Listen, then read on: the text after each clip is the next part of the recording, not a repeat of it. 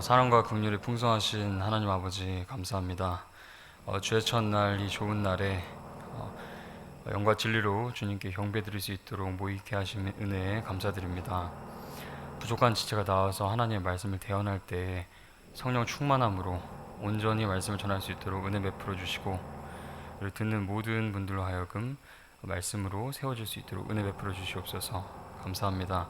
이 모든 말씀 살아계신 주 예수 그리스도의 이름으로 기도드렸습니다.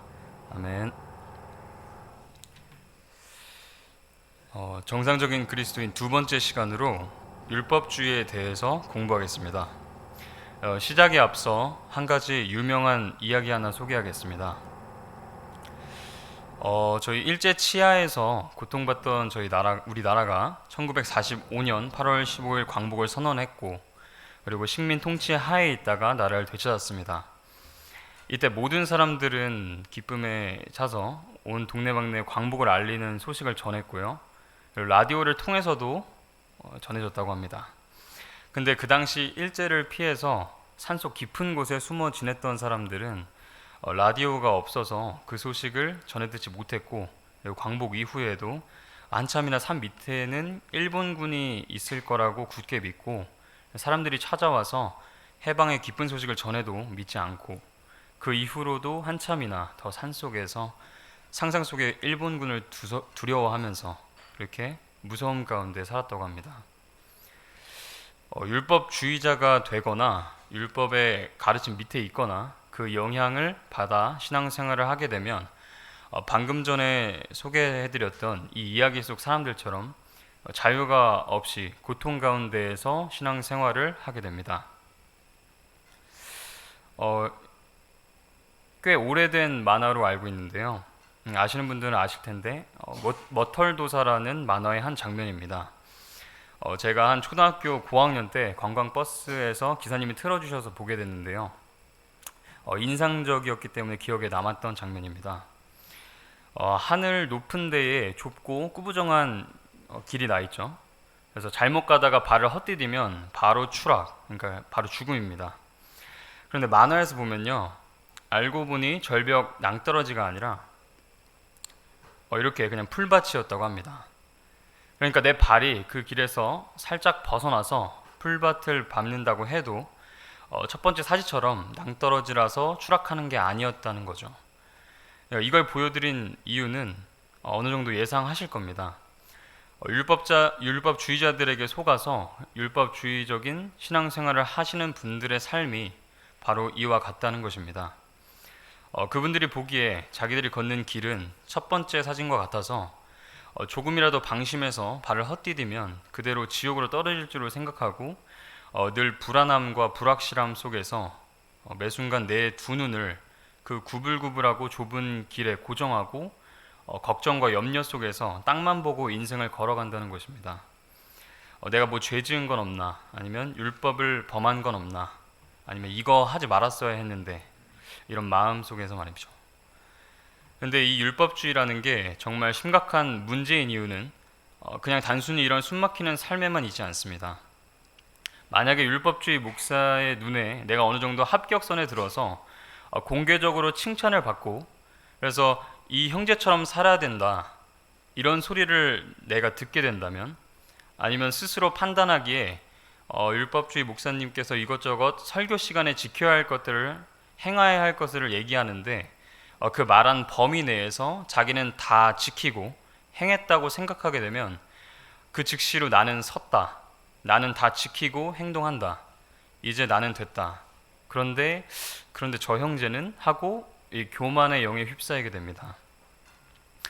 결국 스스로 우쭐하게 되고 다른 형제를 판단하고, 그리고 내 눈에 들보는 보지 못하고 형제의 눈에 있는 조그만 티만 어떻게든 뽑아내려고 비난하고 자기도 지키지 못할 무거운 짐을 그 형제에게 지우면서 그 형제를 잘 가르치는 선생님이라고 스스로를 착각하게 됩니다. 이렇게 율법주의자가 한 사람 더 탄생하는 것입니다.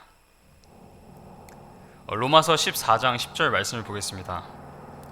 로마서 14장 10절입니다. 그런데 네가 어찌하여 내 형제를 판단하느냐, 어찌하여 네 형제를 무시하느냐, 우리가 다 그리스도의 심판석 앞에 서리라. 예수님의 심판석에 서는 날에 형제를 무시하고 형제를 판단한 일을 모든 구원받은 성도님들 앞에서 드러나게 된다면, 여기 이 자리에 모인 분들 앞에서만 드러나도 부끄러운데 그 수많은 눈들과 그리고 예수 그리스도 우리 주님 앞에서 그 일이 드러난다면 어떤 마음이 들까요? 그곳에서는 쥐구멍처럼 어둡고 비좁은 숨을 만한 공간은 어디에도 없습니다. 그리고 또 이런 말씀이 있습니다. 야고보서 4장 11절과 12절을 읽겠습니다. 형제들아, 서로 비방하지 말라. 자기 형제를 비방하는 자나 자기 형제를 판단하는 자는 율법을 비방하며 율법을 판단하는 자니라. 그러나 만일 네가 율법을 판단하면 율법을 행하는 자가 아니요 판단하는 자니라. 율법을 주시는 이가 한 분 계시는데 그분께서 능히 구원하시기도 하시며 멸하기도 하시느니라. 남을 판단하는 너는 누구냐? 형제를 비방하고 판단하는 것은 율법을 비방하고 판단하는 것입니다. 그리고 그것은 곧 율법을 행하는 것이 아닙니다. 이렇게 11절을, 야고보서 4장 11절을 이렇게 등식으로 나타낼 수 있습니다. 율법주의의 큰 특징 중 하나는 율법을 주신 분, 즉 창조주시며 구원자이신 하나님께서 받아들이시고 거룩한 성도로 부르신 사람들을 내가 판단하고 내가 심판하는 데에 있습니다. 다시 말해서 이들의 구원 여부까지도 본인이 직접 판단하고 너의 모습이 이러한데 그게 과연 구원이 받은 게 맞을까? 이렇게 의심을 불어넣는 일을 주기적으로 아주 거리낌 없이 수시로 한다는 점입니다. 예수 그리스도의 십자가에서의 대신 죽으심과 부활의 역사를 믿고 그분을 나의 구원자로 믿고 받아들인다는 신앙 고백을 한 성도들을 매의 눈으로 지켜보다가 뭔가 점도 없고 흠도 없는 어린 양 같은 그리스도의 모습에서 조금이라도 벗어난 모습을 관찰하는 즉시로 너가 이런 모습인데 어떻게 구원받은 사람이냐, 구원받았다면 이러이러해야 하지 않겠냐 하고 판단하고 즉결 심판하듯이 공개적으로 비방한다는 것입니다. 율법주의자들은 그렇게 자기들이 하는 행동이 누구보다도 율법대로 잘 행하는 거라고 굳게 믿을 것입니다. 그러나 성경 말씀은 명확하게 이렇게 형제를 비방하고 판단하는 것, 그것은 율법을 행하는 게 아니라고 분명하게 말씀하고 계십니다. 그리고 주님께서는 그런 사람들에게 한 말씀을 더 해주고 계십니다. 남을 판단하는 너는 누구냐? 그리고 여기서 끝이 아닙니다. 율법주의자들은 성도들을 강제로 저주 아래 억지로 있게 하는 끔찍한 일을 자행합니다. 갈라디아서 3장 10절 말씀입니다. 갈라디아서 3장 10절입니다. 율법의 행위에 속한 자들은 다 저주 아래 있나니 기록된 바 율법책에 기록된 모든 것을 행하기 위하여 항상 그것들 가운데 거하지 아니하는 모든 자는 저주받은 자니라 하였느니라. 도대체 율법하고 무슨 계약을 맺었길래 이토록 율법을 지키는 데에 열심일까요? 자기 자신의 의로움을 내세우기 위해서, 그리고 그것을 돋보이게 하고 자랑하기 위해서 지식이 부족한 성도들을 휘어잡고는 그럴듯한 말로 그 사람들을 율법의 저주 아래 모이게 하는 일을 하는 것입니다. 갈라디아서 6장 12절과 13절 말씀입니다. 육신으로 잘 보이고자 하는 자들이 너희로 하여금 억지로 할례를 받게 함은 단지 그리스도의 십자가로 인한 핍박을 받지 아니하려 함이니라. 할례 받은 자들은 스스로 율법을 지키지 아니하며 다만 너희의 육신을 자랑하려고 너희가 할례 받기를 원하느니라. 여러분, 하나님의 참된 신약교회에 모이는 하나님이 부르신 구원받은 자들, 그러니까 성도들은 율법의 저주에서 구속되었습니다. 그러니까 그곳에서 건진 받았습니다. 갈라디아서 3장 13절 말씀입니다. 그리스도께서 우리를 위해 저주가 되사 율법의 저주에서 우리를 구속하셨으니 기록된 바 나무에 달리는 모든 자는 저주받았느니라 하셨느니라. 이렇게 흔들림 없는 절대 확실한 말씀으로 못 박은 내용을 도대체 어떻게 한낱 사람에 불과한 존재가 이것을 흔들고, 이 말씀을 흔들고 자기가 만들어낸 의의 기준으로 하나님의 성도를 억압하고 핍박하냐는 말입니다. 그러니까 율법의 속박에 다시 들어가게 만드는 행위는 예수 그리스도의 죽음을 헛되게 만드는 아주 간악한 죄입니다. 수많은 혼들을 지옥으로 이끄는 최악의 죄입니다. 갈라디아서 2장 21절입니다. 내가 하나님의 은혜를 헛되게 하지 아니하노니 만일 의가 율법으로 말미암아 온다면 그리스도께서 헛되이 죽으셨느니라. 인간이 하나님의 죽음을 헛되이 만들어 버리는 것입니다. 율법주의에 따르면 예수님은 괜히 죽은 셈이 됩니다. 그러니까 예수님 안 죽으셔도 됐는데 그냥 헛되게 돌아가셨네, 이렇게 말하는 것입니다. 그러니까 이 말은 즉 예수님이 모든 사람들의 구원에 관한 한 아무 성취도 없이 아무것도 이루지 못하고 그냥 죽기만 하셨다는 주장입니다. 여러분, 율법을 붙드는 것, 율법의 기준에 부합시키려고 가르치는 것은 이토록 무서운 것입니다. 아들 하나님이신 예수님의 죽음은 결코 헛되지 않지만 율법주의자들에게는 사실상 의미가 없는 죽음이기 때문입니다. 너무 소름 돋게 무서운 교리입니다. 하나님이 사실상 아무 일도 해낸 것이 없고 인간인 내가 끝내는 해낸다는, 의를 성취한다는, 구원을 내가 얻어낸다는 소름 끼치도록 뻔뻔스럽고 무서운 교만이기 때문입니다. 예수 그리스도의 죽음과 부활을 믿음으로 말미암아 의롭게 된다는 복음을 부정하는 것은 예수님의 죽음 그리고 그분의 보혈의 권능을 무시하고 하나님 위에 인간인 자신이 위에 올라가는 그야말로 루시퍼의 교만과 똑같은 모양의 교만인 것입니다. 갈라디아서 3장 11절 말씀입니다. 그러나 하나님의 눈앞에서는 아무도 율법으로 의롭게 되지 못할 것이 분명하니 의인은 믿음으로 살리라 하였느니라. 율법의 행위 그리고 이와 관련된 율법적인 규율과 전통, 가르침 모두 그 자체로 하나님께 의로 인정받지 못합니다. 분명하다고 이 말씀으로 못 박으셨습니다. 구원받기 전이든 후든 율법의 행위를 한다고 해서 그걸로 의가 쌓이거나 남들보다 더 의롭게 되거나 하지 않습니다. 하나님의 기준에 인간의 의는 더러운 누더기, 그러니까 쓰레기에 불과하기 때문입니다. 이사야서 64장 6절입니다. 그러나 우리는 다 부정한 물건 같고 우리의 모든 의는 더러운 누더기 같으며 우리는 다 잎사귀같이 시들므로 우리의 불법들이 바람같이 우리를 몰아갔나이다. 이 세상의 민속 신앙처럼 구제나 적선으로 의를 쌓아서 하나님께 내가 수고해서 쌓은 의를 보시라고, 내가 이 정도로 살았는데 구원 주시라고 당당하게 요구하는 모습, 이거는 마치 카인과 아벨 중에 가인의 모습입니다. 그리고 하나님께서는 가인의 제물을 받지 않으셨습니다. 율법주의가 말하는 구원의 길도 이와 본질적으로 동일합니다. 첫 번째로 구원받으려면 율법을 전부 다 지켜야 한다. 두 번째로 구원받으려면 믿음도 있어야 되지만 율법 중 일부를 지켜야 한다. 세 번째로는 구원받았으면 율법을 지키면서 살아야 한다. 이걸 반대로 보면 율법적으로 살지 않으면 구원받은 것이라고 볼 수 없을 것이다. 의심해 봐야 된다.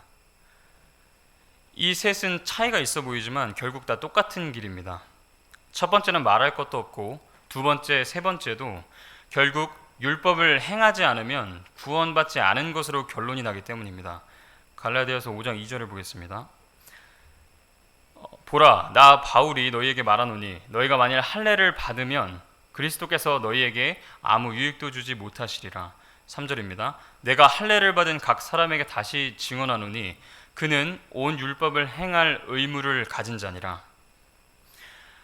온 율법을 행하도록 빚진 자, 그 의무를 가진 자라고 말씀은 증언합니다. 할례 하나, 안식일, 절기 하나 지키는 것, 율법은 근데 결코 그냥 하나로 끝나지 않습니다. 할례는 행하면서 왜 안식일은 안 지켜? 왜 피가 들어간 음식인데 왜 먹어? 계속 이어집니다. 자동적으로 모든 율법을 다 행해야 하는 저주와 속박 아래에 들어가게 되는 것입니다. 이런 질문을 하는 경우도 있습니다. 율법은 선하고 좋은 거라면서 율법 지키는 게 왜 죄야? 율법대로 살면 좋은 거 아니야? 이 물음은 일견 맞는 말 같기도 합니다. 그런데 여기엔 큰 함정이 숨어 있습니다. 우선 첫째로 애초에 율법을 다 지켜서 의롭다고 인정받을 수 있는 사람은 없습니다. 다시 말해 율법은 전체를 다 지켜야 의미가 있는 것이지 어느 하나 어기면 바로 죄가 되기 때문입니다. 야고보서 2장 10절과 11절 말씀입니다. 누구든지 온 율법을 지키다가 한 조목이라도 어기면 모든 것에서 유죄가 되나니 간음하지 말라 하신 분께서 또한 살인하지 말라 하셨은즉 이제 네가 비록 간음하지 아니하여도 살인하면 율법을 범한 자가 되느니라. 이 말씀을 두고 간음? 나는 내 아내 한 사람 외에는 같이 누군 적이 없어, 이렇게 말씀하시는 분들도 계실 겁니다. 마태복음 5장 27절과 28절은 이렇게 말씀하십니다. 옛 사람들이 말한 바 너는 간음하지 말라 한 것을 너희가 들었으나 나는 너희에게 이르노니 누구든지 여자를 보고 그녀에게 음욕을 품는 자는 이미 마음속으로 그녀와 간음하였느니라. 살인에 대해서도 마찬가지입니다. 나는 개구리 한 마리도 내 손을 잡아본 적 없다. 마태복음 5장 21절과 22절에 이렇게 기록되어 있습니다. 옛사람들이 말한 바 너는 살인하지 말라. 누구든지 살인하는 자는 심판의 위험에 처하게 되리라 한 것을 너희가 들었으나 나는 너희에게 이르노니 누구든지 까닭없이 자기 형제에게 화를 내는 자는 심판의 위험에 처하게 되고 누구든지 자기 형제에게 라가라고 말하는 자는 공회의 위험에 처하게 되거니와 누구든지 너 어리석은 자여 하고 말하는 자는 지옥불의 위험에 처하게 되리라. 율법으로 의롭게 되려면 이토록 기준이 높습니다. 이렇게 촘촘하고 빡빡한 기준을 과연 그 누가 사람이 통과할 수 있을까요? 요한일서 3장 4절 말씀입니다. 누구든지 죄를 범하는 자는 율법도 범하나니 죄는 율법을 범하는 것이니라. 율법의 끝은 그냥 죄입니다. 끝내 죄인으로 드러나는 것입니다. 로마서 3장 20절 말씀입니다. 그러므로 율법의 행위로는 어떤 육체도 그분의 눈앞에서 의롭게 될 수 없나니 율법으로는 죄를 알게 되느니라. 율법의 역할은 여기까지입니다. 죄를 알게 되는 것입니다. 그러나 이것만으로도 너무나 선하고 중요합니다. 우리들은 이런 말씀을 읽어본 적이 있습니다. 디모데전서 1장 8절입니다. 그러나 우리는 사람이 율법을 적법하게 쓰면 율법이 선하다는 것을 아노라. 율법을 적법하게 쓰는 것은 바로 다음과 같은 것입니다. 로마서 3장 19절과 갈라디아서 3장 24절 말씀입니다. 이제 우리가 알거니와 율법이 어떤 것들을 말하든지 그것은 율법 아래 있는 자들에게 말하나니 이것은 모든 입을 막아 온 세상이 하나님 앞에서 유죄가 되게 하려 함이니라. 그런즉 율법은 우리를 그리스도께로 인도하는 훈육 선생이었으니 이것은 우리가 믿음으로 의롭게 되게 하려 함이라. 그러니까 모든 사람을 유죄로 만들고 그 다음 포로로 사로잡아 주 예수 그리스도께로 인도하는 것, 바로 이것이 율법이 적법하게 쓰인 경우입니다. 그러나 반대로 율법이 부적절하게 잘못 쓰이는 경우는 어떤 경우일까요? 율법을 악용하고 이용하고 하는 사람들을 성경에서 찾아서 추적해 보도록 하겠습니다. 갈라디아서 4장 9절의 말씀입니다. 그러나 이제 너희가 하나님을 안 뒤에 혹은 하나님께 알려진 뒤에 어찌 다시 약하고 천한 초등 원리로 돌아가 다시 그것에 속박당하려 하느냐. 사도행전 20장 30절입니다. 또 너희 중에서도 제자들을 끌어내어 자기들을 따르게 하려고 왜곡된 것들을 말하는 사람들이 일어나리라. 이렇게 사도행전에 예고된 대로 교회에 이런 일이 벌어졌습니다. 이런 일을 벌인 사람들은 갈라디아서 4장 17절, 그들이 열정적으로 너희에게 영향을 미치지만 그것은 좋지 아니하니라. 참으로 그들은 너희가 자기들에게 영향을 미치게 하려고 너희를 떼어놓으려 하는도다. 그 일에 참 열정적인 사람들입니다. 갈라디아서 4장 21절과 5장 12절 말씀입니다. 내게 말하라. 율법 아래 있고자 하는 자들아, 너희가 율법을 듣지 아니하느냐. 그들의 정체는 율법주의자들입니다. 갈라디아서 5장 12절에 나는 너희를 어지럽히는 자들이 아예 잘려나가기를 원하노라. 바울은 그 율법주의자들이 아예 잘려나가기를 원했습니다. 왜냐하면 갈라디아서 5장 4절입니다. 너희 중에 누구든지 율법으로 의롭게 된 자에게는 그리스도께서 아무런 효력이 없으며 너희는 은혜에서 떨어져 나갔느니라. 율법주의자들의 본심, 속셈은 그리스도의 은혜에서 우리를 떨어져 나가게, 즉 구원받지 못하게 만드는 것이기 때문입니다. 그리스도의 십자가 보혈이 아무런 효력이 없게 만드는 방법은 그분의 복음을 믿지 못하고 그분의 복음을 신뢰하지 못하게 만드는 것이기 때문입니다. 갈라디아서 5장 7절과 8절의 말씀입니다. 너희가 잘 달렸는데 누가 너희를 막아 너희가 진리에 순종하지 못하게 하더냐. 이렇게 설득하는 것은 너희를 부르시는 분에게서 나지 아니하느니라. 도대체 이들이 성도들을 어떻게 설득했을까요? 사도행전 15장 1절과 5절에 나와 있습니다. 유대로부터 내려온 어떤 사람들이 형제들을 가르치며 이르되 너희가 모세의 관례대로 할례를 받지 아니하면 능히 구원을 받지 못하리라 하니. 5절에 그러나 바리새인의 분파에 속한 어떤 믿는 자들이 일어나 이르되 그들에게 할례를 행하고 모세의 율법을 지키라고 명령하는 것이 필요하다 하니라. 율법 지키지 않으면 구원 못 받는다. 구원받은 자에게 할례를 행하고 율법 지키게 해라. 우리는 앞서 인간이 율법을 지켜서 하나님의 의로움에 도달하지 못한다는 사실을 성경을 통해 확인했습니다. 또한 구원받은 사람에게 할례를 행한다는 것은 곧 모든 율법을 지키게 만드는 것이고, 이는 또다시 율법의 속박에 얽어매서 예수님의 보혈을 무효로 만들고 올바른 복음을 파괴시키는 일이라는 사실도 입증했습니다. 다시 돌아와서 율법은 선하고 좋은 거라는 사실과 율법을 지켜서 의로워질 수 없음을 확인했고, 마지막으로 율법대로 살면 좋은 거 아니냐는 물음에는 이 말씀 두 구절로 답할 수 있을 것 같습니다. 갈라디아서 5장 6절과 13절의 말씀입니다. 이는 예수 그리스도 안에서는 할례나 무할례나 아무 효력이 없고 사랑으로 일하는 믿음만 효력이 있기 때문이라. 형제들아, 너희가 해방의 자유를 누리도록 부르심을 받았지만 해방의 자유를 단지 육신을 위한 기회로 쓰지 말고 오히려 사랑으로 서로를 섬기라. 사랑으로 일하는 믿음, 그리고 사랑으로 서로를 섬기는 것, 그러니까 답은 사랑입니다. 왜냐하면 율법은 정죄하지만 사랑은 용서하고 세워주기 때문입니다. 율법에 비춰보면 나 자신은 수백 번도 더 죽어도 마땅한 사람입니다. 그러나 주 하나님께서는 그런 우리를 사람으로서 가늠할 수 없는 거대한 사랑으로 우리의 죄들을 용서하시고 자신의 독생자 예수 그리스도를 통해 우리를 영원한 사망에서 건져내셨습니다. 주님께서 과연 이 사역을 율법으로 하셨습니까? 사랑입니다. 그렇기 때문에 예수 그리스도 그분 자체가 사랑이신 것입니다. 바로 이 사랑을 진정 깨닫고 그 사랑이 나를 강권하는 인생, 그 사랑으로 육신을 대적하고 육신을 거스르고 싸우는 일을 하는 것입니다. 율법으로는 못합니다. 왜냐하면 살짝만 헛디뎌도 사망이기 때문입니다. 율법으로 영적 성장하고 예수님을 닮아가는 것이 아닙니다.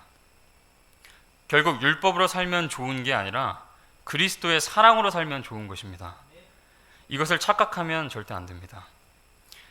우리 모두는 손에 하나님의 살아있는 말씀이 들려 있습니다. 그 말씀 안에 그분의 광대한 사랑이 기록되어 있습니다. 이 생명의 말씀을 통해서 그분의 사랑을 더욱더 깊이 깨닫고 그분을 더 알아가면서 성장하고 그렇게 그리스도를 닮아가고 그렇게 성화되는 것입니다. 아까 전에 보여드렸던 머털도사의 장면인데요. 떨어져 죽을 것 같아서 땅만 보고 천천히 걷는 것하고 햇빛이 따스하고 풍경이 아름다워서 천천히 걷는 것은 천국과 지옥의 차이입니다. 율법과 그리스도의 차이입니다. 오늘 우리들은 선택할 수 있습니다. 구원에 있어서도 우리 자신의 성화에 있어서도. 율법으로 구원받으려 하십니까? 그리스도를 믿음으로 구원받으시겠습니까? 율법으로 성화입니까? 아니면 그리스도에 대한 사랑으로 성화되시겠습니까? 한 번 더 말씀드리지만 율법으로는 죄를 알게 되는 것이며 율법을 행함으로는 자기 육신을 자랑하려는 것뿐이라는 사실을 우리 모두는 성경 말씀을 통해서 알고 있습니다. 갈라디아서 4장 4절과 5절의 말씀입니다.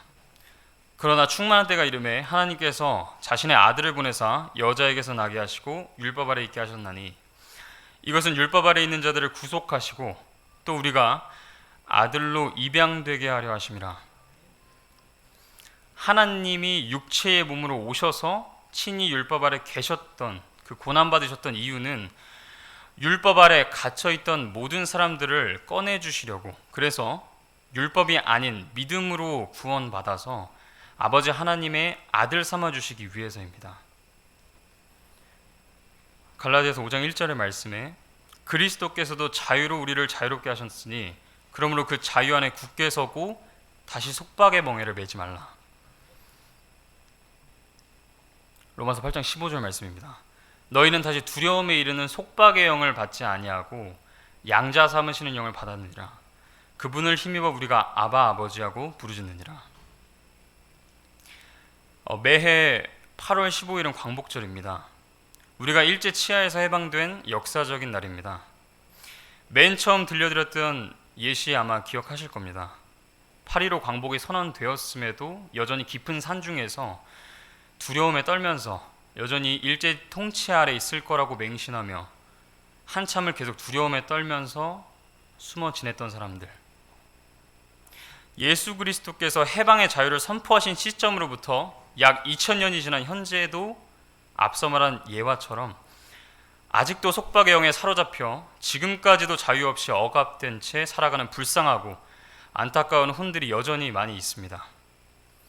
저희가 마지막으로 읽은 이 로마서 8장 15절 말씀처럼 그 많은 혼들이 속박의 영이 아니라 양자 삼으시는 영을 받았음을 부디 기억하고 육신의 연약함으로 죄를 짓게 되면 율법의 멍에를 다시 짊어지러 가는 게 아니라 아버지께로 달려가서 아버지 하나님의 품에 안기는 성도, 사람이 아니라 아버지께 죄를 고백하고 용서를 구하고 도움을 요청하는 그런 성도들이 될 수 있기를. 그래서 여기 있는 로마서 8장 15절, 바로 이 영적 8.15 광복, 해방의 자유를 누리기를 간절히 기도하면서 이 시간 마무리하도록 하겠습니다. 각자 기도하시겠습니다.